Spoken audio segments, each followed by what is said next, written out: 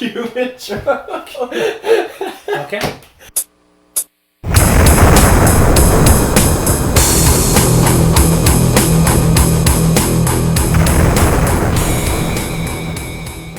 Alright guys, so we decided to do a review of Black Seas, the book and the game system kind of bundled up into one review, and we've got it scored by 7 different categories. We got presentation, organization, gameplay, ease of play, community, support, and then just general wow factor. So we're just going to get stuck right in, no BS. Presentation, what do you got? I'm going to give it an 8 out of 10. I just feel like overall, now granted this might be a little skewed because I absolutely love sailing ships, tall ships, anything in that aspect. I was actually the one out of us two that pushed us into this game just because of my love affair with the sailing ships. So yeah, honestly, just fanboy, 8 out of 10 for me. I've got no real weighted opinion. Overall, I feel like the book's illustrated well. Everything about it. Just the game, the ships are done well. We'll get into that later. So 8 out of 10. Yeah, I think an 8 out of 10's about right for me too. The artwork, if you want to kind of flip through it, it's beautiful. It's got little background stories. Every page, like even the scenario Yes, page. let me get you to my favorite page, and I think John probably knows where I'm going with this. Is it the victory? It is the victory. Yeah, it is the I victory. know exactly where you're the going victory with cut apart diagram. That is absolutely my favorite part of the book. The page color background's pretty. The book's pretty. The game itself, when you start talking about the models and the cards that go with them and the tokens. This is the presentation we're talking about. Yes. Come on. In a wargame book. Hey, that's more than you asked for. 8 out of 10. Organization. Looks like organization. Okay, so this is a small gripe. 6 out of 10. I get it. Okay, so in the beginning of the book, you've got some simple rules just to get you started, and then you have advanced rules. But you've got to flip between the book to find the advanced rules, and there's no glossary. That's probably my only real gripe with the book and the game in general. Just there's no glossary. Like, we actually played 2 or 3 games before we realized that famous ships couldn't have any upgrades because they were already kitted out. And that was only because you had to go to one specific page in the book to see that, and there was no glossary to aim you to that page. And it was kind of like one of those pages where if you're just skimming through the rules and hitting the sections, like what do I need to know to do this or this rule, it's kind of just, if I remember right, it's right before. Yeah, it's literally when you're flipping through and you get to the famous ships. And you start skimming it, and you're like, oh, this is neat.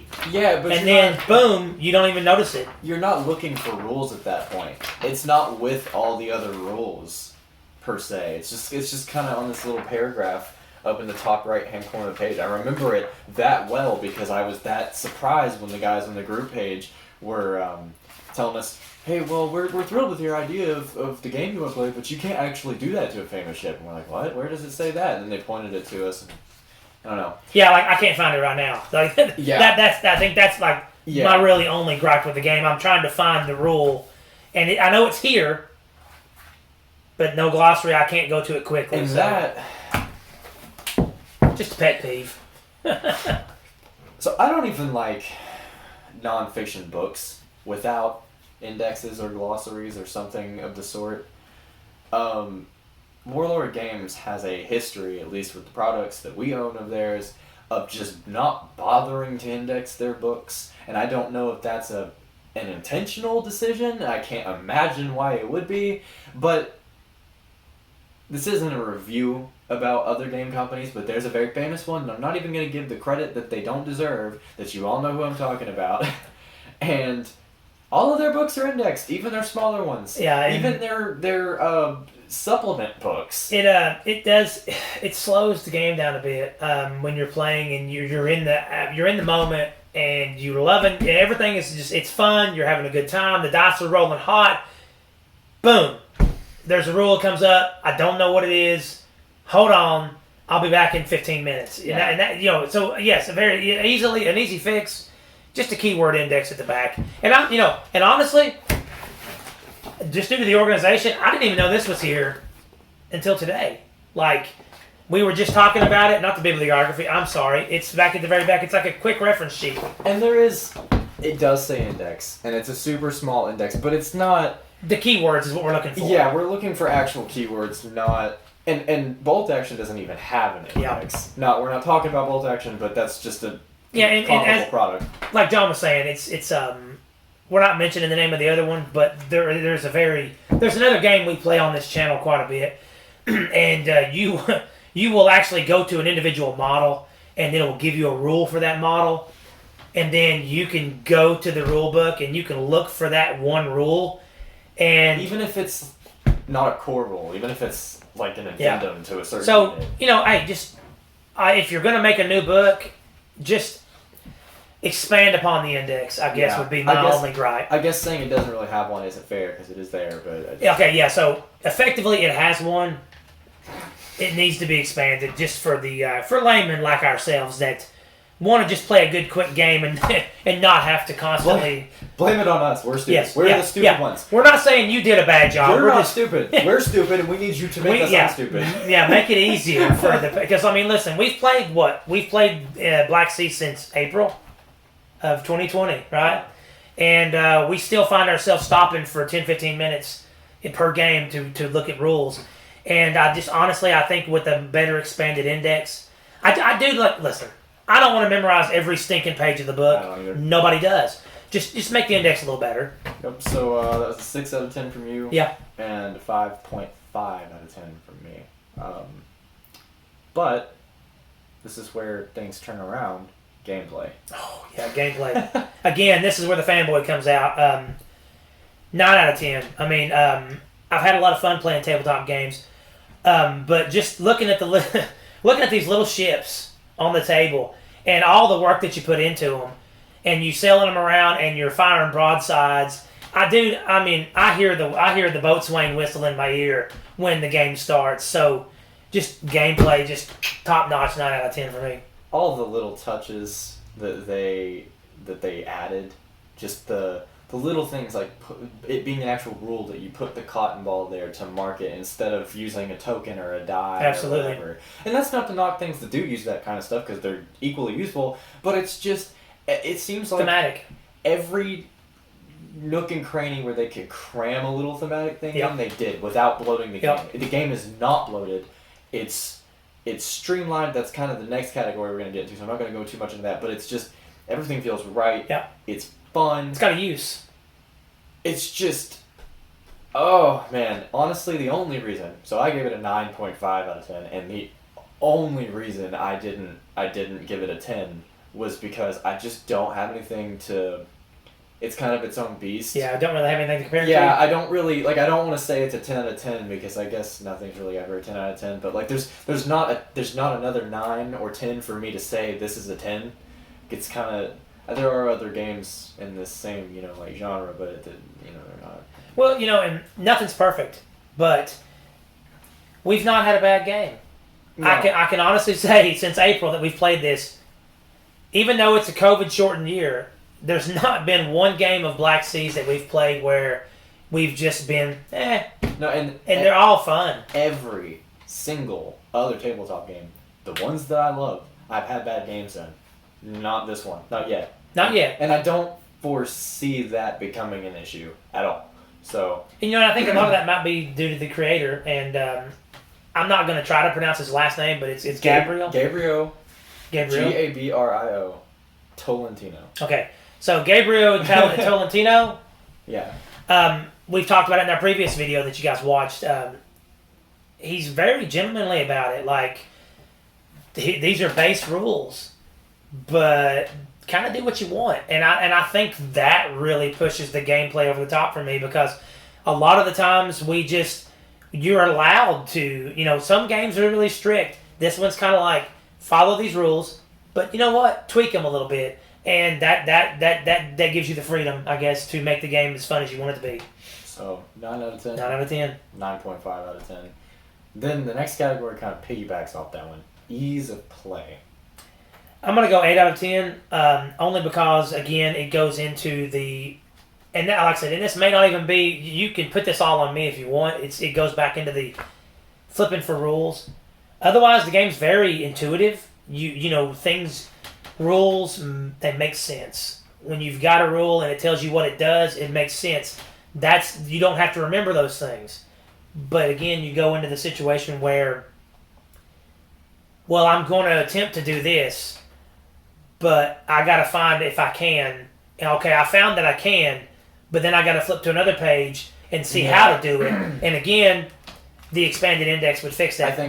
I think it's too short of a book to excuse that kind of disorganization too. I'll give you that. I understand it in a 300-page book, but it's like 90 pages or still 100 pages. It's not long. Yeah, it's not very big. So, it's 94, 95 pages. Yeah. 8 out of 10. Yep. I gave it a 9 out of 10. And that's mainly due to the fact that all Warlord games products are streamlined. From my experience, I've never ran into one, and I've played 2 extensively, and we're going to be getting into a 3rd one here recently. And up to this point, that's kind of been the crowning achievement for Warlord. It's the standard, not the exception. I think that it's the rule, not the exception. I'll give you that. Everything just makes sense. Despite the fact we've been harping on not being able to fight. That's a small gripe. That's a small gripe. The main gameplay rules, I don't find myself having to reference too much because they just make sense. It's just common sense. It's not some gamey, stupid, dicey thing. Like, it's just everything kind of just works, and you don't even need dice for a lot of it. Also, there's a base, and some people might not like this, but there's a basic rules section, which is what you start out with if you go through all the scenarios, and then there's an advanced rules section. And the point, I think it's additional rules, and the point of having the 2 sections is basic rules pretty much covers for people that just want to play with ships, and that's all that you care about, that's what you do. Additional rules start adding in things like realistic wind, realistic movement, extra ways to fire, and then different realism rules of like initial broadsides and tacking, and I think actually tacking's in the basic rules. But just all kinds of stuff like that. The rules for chivalry on the seas, not being able to fire on a smaller ship, and the thematics are just top. So I give it a 9 out of 10 on ease of play. And back to the streamline thing, you're absolutely right. We've played a lot of different brands of tabletop, and this game is very, just like all the Warlord games, it's,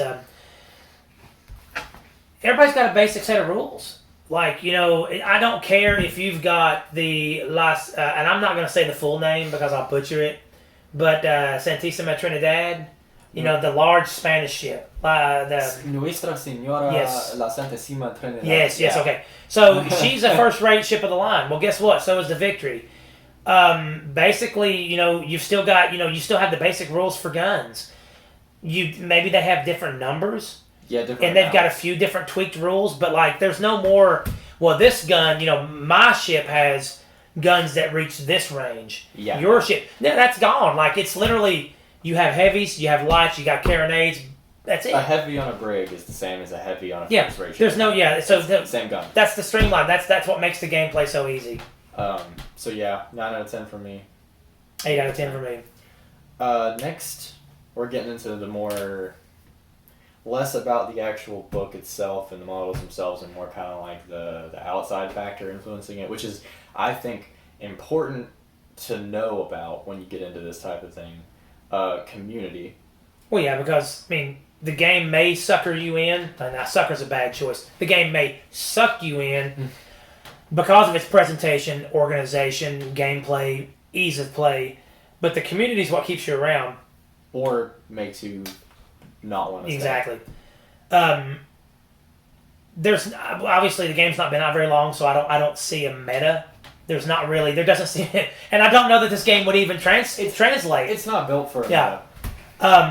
The only issues I've run into with the community so far is none of the guys that play games, none of the guys that use the ships because let's be honest, we're playing with toys here. We're grown men, in some cases, playing with plastic or resin or metal toys. None of those, there doesn't seem to be any issues with that. The only times I've really butted heads with anybody, and it's not. I wouldn't even call it butting heads. That's too strong of a term. It's the guys who are in the community to just build the ships, and they take it very serious. And you have issues where you post, maybe you ask about a color. I would like to paint my ships a certain color, and there will be somebody that will call you out and say, well, that's not the accurate color scheme for that ship. With those guys, there's no rule of cool, and a lot of other games have the rule of cool. If you like, it's your model, it's your money, it's your paint. But there seems to be, in Black Seas, there seems to be quite a bit of historical guys that will call you out when you don't do it the way they think it needs to be done because that's historically accurate. And me personally, I've had a lot of positive experience with the community in this game, and again, Gabriel and the other guys at Warlord. I mean, they're just good guys. I think they. I mean, you could say that about a lot of different things, a lot of people, but I think they really just care about the product. Oh, yeah. I think they push a product that they believe in themselves, that they want to go home and play, and that it's not just something they go to a desk job to write. Yeah, the other guys you're talking about, some of the cleaners, some of the guys are awesome. Some of them, like the other day, I was talking to this guy who made a spreadsheet, and we had kind of done something similar one time, but he had really fleshed out like every ship in the game to kind of compare them, at least all the named ones, and it was awesome. It was just awesome, and we discussed it. There's a Facebook page, and we just discussed it, and it was just a good time. Well, I've never met this guy. Hell, he might have been in a different country, but and I'm one of those guys that gets really upset if my stuff doesn't come out looking historically accurate. Yeah. But I don't care if yours does, and I mean it might peeve me a little bit if I get to the table. It's like, okay, well. Yeah, I get it. We get a kick out of him because he's Mr. Historically Accurate, and I'm Mr. It's close enough. Yeah. and so, but I mean, I'm never gonna say anything. It's never gonna really impact my fun. I'm certainly not gonna tell you how to spend your money or put your brushes to it. I mean, bottom line, as long as you don't put gray plastic on the table, what do we care? I mean. Don't do that. Yeah, and I'll judge you for that. Yeah, if your 3-year-old paints your ship and puts it on the table, I'll blast it off the table for you, or I'll try. If for our viewers, you've seen my dice rolls, I'll give it a shot, but. Just don't bring gray plastic. That's all I'm asking. But yeah, and I'm not trying to bash the community. I've had a lot of good experience, but for me, the guys that will call you out because you don't do it the way they want it, that's kind of a bummer. But I give it 7 out of 10. Yeah, 7 out of 10, 8 out of 10 for me. Not bad. Could be better. There's room for improvement. Always room for improvement. If you're one of those guys and you're watching this video because you're critical and it's a review, just chill a little bit. Just a little bit. Take it down some. Let's not run the new guys out, So the next, we've only got 2 categories left. The next one is support. And this one I scored. Okay, so I said earlier nobody's perfect. I'm gonna go ahead and amend that. Gabriel and Warlord with Black Seas, I think you're perfect on this one because the game's, relatively new. I think we just hit 2 or 3 months ago, a year. Yeah, so but I know for a fact that we've had multiple releases. They just recently they sent out more American ships and rules, more Spanish ships and rules. That was over the summer. We got the Terror, I'm going to mess this up, but it's the Terrors of the Deep. The Krakens. Yeah. You got the sea monsters, which. Bomb catches. Yes. So and then not to mention that, but if you're on Facebook, there's the Warlord Black Seas official Facebook page, and Gabriel himself is a member, and he interacts with the people on the page, and he constantly releases free scenarios, absolutely free scenarios, free new rules, new ships. So like I said earlier, earlier I said perfect. No, but nobody's perfect, but I'm lying because when it comes to support, that's 10 out of 10 for me. You don't get no better than what we've got so far. And don't mark my words because I might be totally wrong about what their plans are. But the way I perceive what's going on is you've got this rulebook. It covers everything you need to know to get into the game, to play the game, to have the game, to collect it. But then they're releasing these free scenarios, and it's kind of like where traditionally you would start seeing supplements and things like that, which people got to make their money. They have families. They need to eat too. I'm not dissing that, and I like the product, so I pay for it. But they're giving it to us free, and I think that's in lieu of the fact that they're really trying to put out a good range of stuff. Yeah. And we're talking about a period where you could be kind of lazy with it and just kind of say, oh, well, this is like we were talking about, first rate's a first rate. But they're not. They're giving us all kinds of special rules and stuff and scenarios, and some of it's historically accurate, some of it's pushing the bounds of being fantasy. And it's all for everybody and one specific group at the same time. I mean, it's a masterpiece. It really is, and I hope they don't really start pushing stuff into supplements. I hope they keep the track they're on, because I do believe people are buying their models, and I think supplements a lot of times are more meant to drive model sales than actual adding much to the game, but they don't need that here because there's just such a rich foundation that it's just not necessary. Well, you know, and I guess, I don't know, we don't really have a category for it, but I mean, I'm going to lump it in with support because, the models themselves, like, you're knocking it out of the park. The price on them, like, there are so many other, and I'm not, as my buddy John says, I'm not going to name names, but there are so many other companies that will absolutely bend you over a barrel and gouge you for their models. And it's plastic. But when it comes to Black Seas and Warlord, the ships themselves are so inexpensive compared to other games that when you get into... You can do big... Like, we actually have plans for... the name escaped me. Trafalgar. Yeah, Trafalgar. And that's doable in this game system. And we have... I think there was like 40-something ships at Trafalgar, so maybe not all the ships we have them all in factions that weren't there. Yeah. But we actually, But, scale it down to a 6-foot by 4-foot table. We've got enough ships to do Trafalgar, and even if we don't, you're talking $40 more, and we're done. We're into the game. And that's US dollars. Well, and we have all 4 factions that are currently in the game. And we didn't break the bank. Minus they actually came out with at least decals and stuff and some community-made content, which another part of the community, they're awesome. They make stuff themselves, the third-party people and independent people do. That's free of charge as well. That's something they were clear about. They don't want people charging. But all that aside, there's other factions that you can kind of homebrew in. Yeah. But as far as the main 4, we've got all 4. And at that, maybe minus 1 or 2 third rates, we have all of the named ships in the game, and we've collected all of that over the course of a year, or less than a year. Yeah, less than a year, and let's be clear here. Obviously you can't tell it from our surroundings, but neither one of us are rich.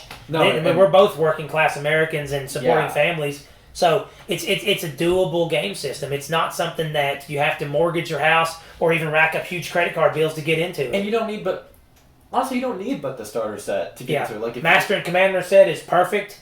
But if you really want to step it up, grab a fleet box. It's totally affordable. Or just a flotilla box. It's like what? I'm not going to give third-party prices, but from Warlord itself, I think it's like 35, 30, 32 maybe. It's honestly, and I'm not going to throw John under the bus, but I did have to sell him a little bit at the beginning of this because we had talked about bolt action, which is another Warlord chain. And I had said to him, dude, I really like Black Seas. I really want to try Black Seas. And he had said, well, you know what? I like Red Skies, which is another Warlord. Mm-hmm. And we had made the discussion. I told John, you get the Red Skies starter box. Blood Red Skies. Yeah, the Blood Red Skies. And I will get the Black Seas. And chalk one up for the good guy here. I got the starting box, and that's all it took. Because once he saw the models and then saw how affordable they were, and then once we played the first game, it was done. We were done for.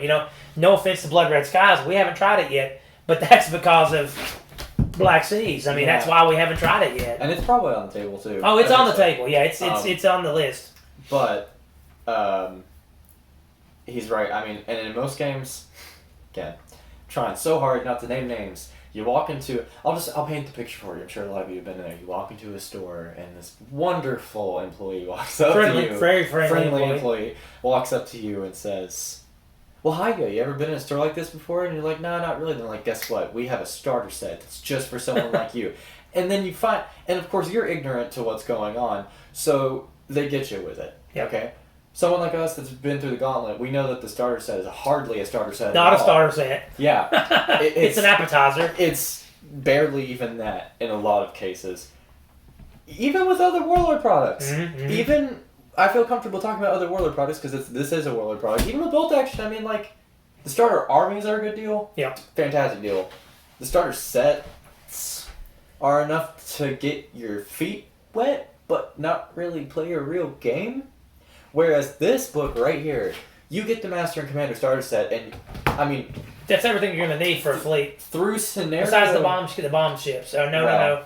The, what do they call them? The little bitty guys. I think you're set... Well, in the Master and Commander set, you get, what, 3 frigates and 6 brigs? Through 5 or 6, you're total... Scenario 5 or 6, which is really like 8 because of the 2 first ones or whatever. You're honestly set to play it exactly as it wants you to play it. And then even with the other ones, with what comes in the box, you're still... Honestly, I think you're good to play all of these until you get to Trafalgar, which is in the book. Yeah. And that's in the starter set. That's in a set that you can split with your buddy. And we're talking about a set that, depending on where you get it, comes in at under $50, or at least it used to. And that's the rule book, that's the game mat, that is... game mat. Which we probably should show some of the things that come in the Master and Commander set since we're talking about it. You get... terrain. Yeah, and let's be honest, they don't have to give you this. No. Now, is it like, are you going to get this? Are you going to... No, you're not going to... That's not something that somebody spent a lot of time on. But you know what? They don't owe it to you. You get, I think it's a 3 foot by 2 foot or 3 foot by 3 foot mat here. And you can flip it over depending on if you want to sail on the beautiful sunny side seas, or if you want to sail in the maybe it's storming where you're sailing at. Yeah, I think the dark side's supposed to be the Atlantic, and the other one's the Caribbean. But either way, like, you get terrain, you get a game mat, you get 3 frigates, a 2-sided game mat. you get 6 brigs, and that's like John said. Depending on where you buy it, we don't want to promote third party vendors, but you can get it sometimes under $50. And then even then, to really, really flesh yourself out, you buy yourself a box of third rates, which is, what, $40, $50 tops? 40. And then you get yourself 1 first rate, which will be around $25, $30 tops. And that right there, that right there is a starter box for this other unnamed plastic conglomerate. But that's just a starter box, which we determined was an appetizer. But that's everything. That's literally the entire fleet that you need to, and it's not a fleet to shake a stick at. It's you're going to get some pretty powerful ships, and you're going to get a lot of varied gameplay. All right, so so that was a 10 out of 10 from you. Yeah, 10 out of 10 for me. That was a 9.5 out of 10 for me, and the only reason I didn't give it a 10 is because you don't really know. Just more stuff. Yeah. Just give us more stuff. They did kind of slow down a little bit, I think. Well, and the best part is about that support, like going on, and I hate to keep piggybacking on it, but with Gabrielle being part of that Facebook group, other gamers, other members of the community will sometimes post, and they upload PDFs of their scenarios and their decals for ships and stuff. And he'll go and give it a thumbs up and say, "Absolutely, have fun with it, guys." And he'll literally showcase it for everybody to see and say, "Hey, promote these guys did better than I could have." Yeah. So 10 out of 10, 9.5 out of 10. And last category that we kind of came up with the title of Wow Factor, and to put it more tangibly, what does this game do? What does this game have that there is no status quo for, that it kind of writes for itself, and that you just don't get that with any other experience? I give it a 9 out of 10, but and I'm not going to sit here and pretend that I have played every tabletop game. I know that there are others out there. This one, mainly because my taste buds have not tasted any other ones, I've got nothing to compare it to. So I give it a 9 out of 10. I love the ships. I mean, I feel like such a nerd, but I will sit here with a headlamp and tweezers, and and it's very relaxing to actually string the little rack lines. I love seeing them on the table. I love seeing the cards. I love the tokens. I love the little puffs of smoke. And I love how nerdy it is whenever I set a ship on fire. We have to put the little orange fire on. So, I could go on all night, so I'll stop. 9 out of 10, wow factor, I'm a fanboy. I also gave it a 9 out of 10 for pretty much the same reason. I mean, if you can show me something else that's like it out of the box, sure. I mean, I could say that, okay, well, maybe that's not really a wow factor, but I mean, it wowed me. And I've played most of the big boy games. I've been through the tabletop gauntlet as far as the big names are concerned, you know, the ones you see, and I left those games because I was so freaking tired of them. And those are the games that people go on about. Yep. Those are the games that make the money. Those are the games that get the views. But that's why we don't play them here. We play games like this because there are other options that people just don't know about. A human being that cared about this made this. Yep. And it shows. Sometimes it goes to a borderline of work of art, and when the game unfolds a certain way, it feels like a work of art that we got to participate in. And I mean, it just, other games feel super manufactured. They feel super like a certain result. They're trying to get a certain result out of it, whether that be a competitive scene or whether that be a super duper narrative scene that follows whatever kind of path. But with this, it's just like, if you like ships. Yep. Well, you know, and dude, I mean, even into the rules, like, there are obviously famous ships. And this is part of the wow factor, but they also give you options for the famous captains. Mm-hmm. And I think it's cheeky. I love it that if you bring Horatio Nelson, you know, with the Victory, you actually have what would probably be the closest thing to a Death Star unit on the table. You've got this awesome ship that buffs ships around it and is absolutely a powerhouse in her own right. But you also put her with her admiral, who makes her even that much stronger. But if somebody gets close enough with sharpshooters and actually scores a proper skill check, you lost Horatio Nelson because he died to musket fire at Trafalgar. They even put something as, well, I mean, I guess it wasn't insignificant to our history, but the world history, like, you know, Oliver Hazard Perry on Lake. I don't think it's is it Lake Huron or Lake Erie? I think it was Lake Erie. One of the Great Lakes up there, you know, on the border of Canada. Yeah, Lake Erie. Lake Erie, yeah. And I can see the battle right now and charge straight into him. But, I mean, they even put him in there. And how insignificant is he in the grand scheme of things? Unlike Horatio Nelson, you know. But, like, and he's got his own special rules. And the funny part is they only apply if you're on a U.S. Great Lake. And then, when are you going to use that, right? But it's there. Yeah. And like I said, that's you know, that's to me, it's a wow factor in the sense that you thought of that. Okay. You know, and just the game overall, I mean, I don't really, other than that, what we talked about earlier, the organization, I don't have any complaints. I mean, no. Just expand the index on maybe update the book for dummies like us to go find things quicker, till we can get more than one game in a day. Which, you know, that's also doable. You know, if you're not filming and you're not editing, you're talking 30, 45 minutes a game. But, you know, hey, what's the worst that happens? You know, streamline it, you know, flesh out that index, and we get 4 or 5 games in a day, you know, and what's the harm in that? So, I'm going to pause it real quick, and we're going to add up all these scores, and we'll give you a final verdict. What they should even to us. I think that's really just because of the organization category, and we chose not to weight any one thing too much more heavily than the other. Because it all comes together to make one game. Yeah, exactly. But we ended up with 82 out of 100, and that's just due to, you know, we added up our scores, you know, on a 10 scale, and then we basically added them together and came up, you know, I think we scored 116 out of 140 total points. There's 140 points to be had.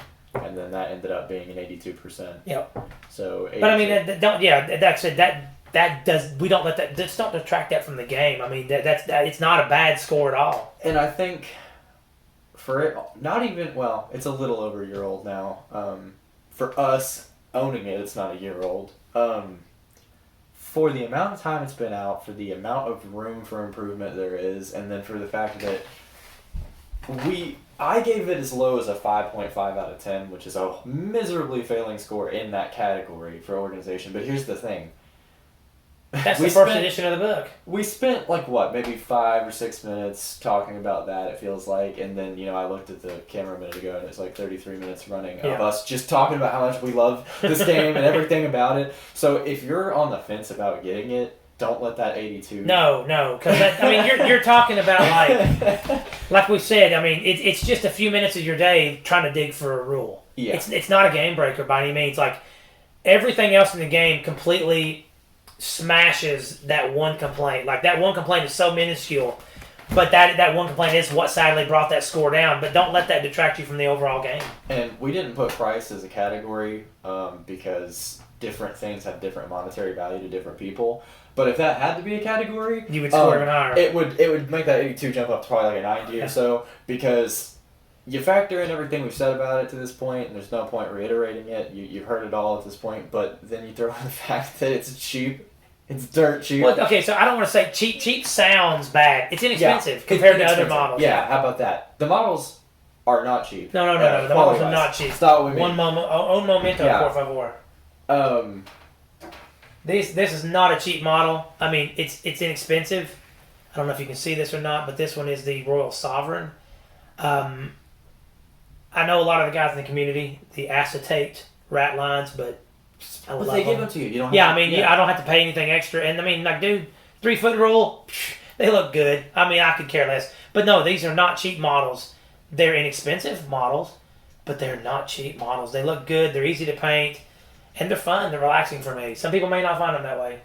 So yeah, overall, if you're on the fence about it, come on our side of the fence. it gets the Jon seal of approval. Yes, anyway. and from Mikey as well. So yeah, I guess at least at this point you can say it gets the TriStar.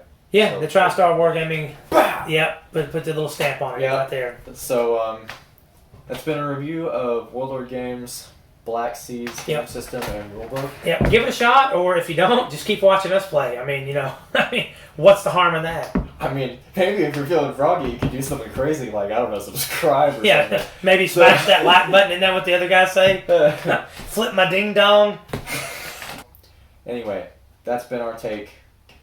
We hope you guys enjoy if you pick it up. Keep doing what you're doing if you don't. And regardless, take it easy out there. Yeah, stay safe.